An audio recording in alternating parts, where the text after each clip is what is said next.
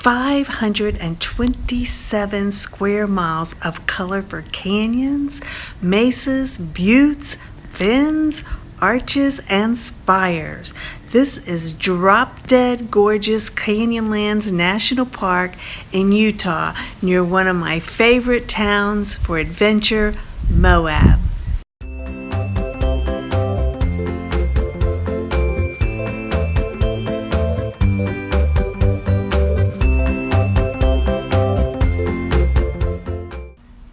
I am on an amazing yet unique mission to visit and then share video with you of all 417 national park units, one park at a time. So let's get started. Of the parks in the lower 48 states, Canyonlands ranks among those with the most remote and difficult to reach sections.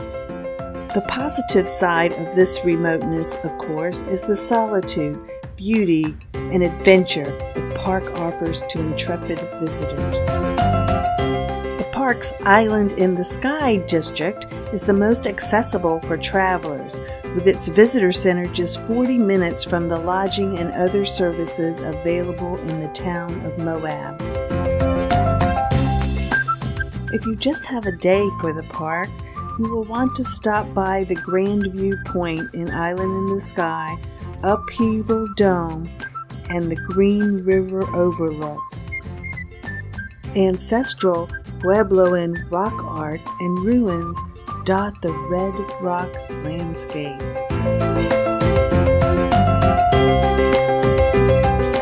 The Green River and the Colorado River divide the park into districts, each offering spectacular sightseeing and exploration opportunities.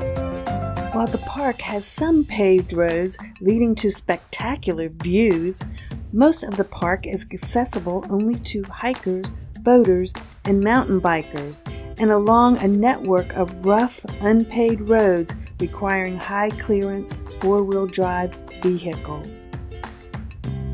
The Park Visitor Center is the best place to find out what to do based on your time and interest. So, as with all national parks, make sure you start there.